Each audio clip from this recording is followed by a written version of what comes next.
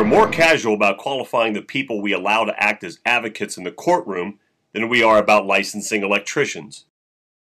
To be a judge, it takes good temperament and respect for others. Jim Motznick has neither.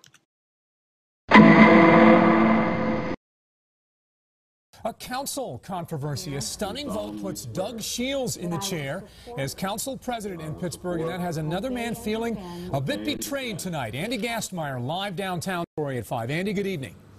Good evening, David. Rarely ever has one politician in city or county government, for that matter, burned so many bridges behind him in one fell swoop. But Jim Motznick apparently feels he has every reason to do so.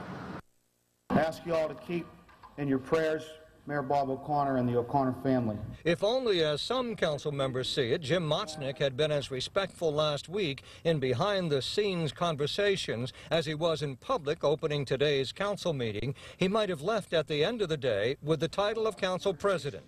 Instead, with only Motznick dissenting, the job went to council's finance committee chairman and Bob O'Connor's former chief of staff when he served on council, namely Doug Shields. What happened, especially since Motznick assumed he had it all wrapped up? Tanya Payne, for one, says Motznick assumed too much. This was not a good time. The mayor was in his final hours. It just was not a good time to be lobbying for any votes for anything for anyone. It just wasn't. Council members Jeff Cook and Dan Deasy, representing 2 of the 5 votes Motznick had counted on, turned against him, citing, as others here did, the fact Motznick was soliciting support for the job even before Bob O'Connor died. The more I thought about it, it just kept, my skin was crawling.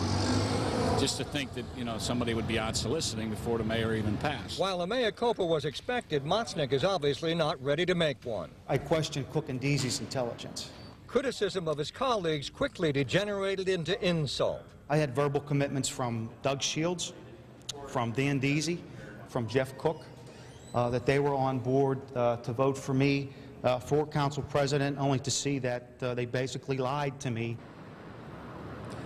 Liars, weak links of questionable intelligence, all of that should make for at least a couple of heated exchanges when council gathers tomorrow for its regular Wednesday meeting. All of this, of course, against the backdrop of funeral plans later this week for Bob O'Connor. Reporting live from downtown, Andy Gastmeyer, Channel 11 News.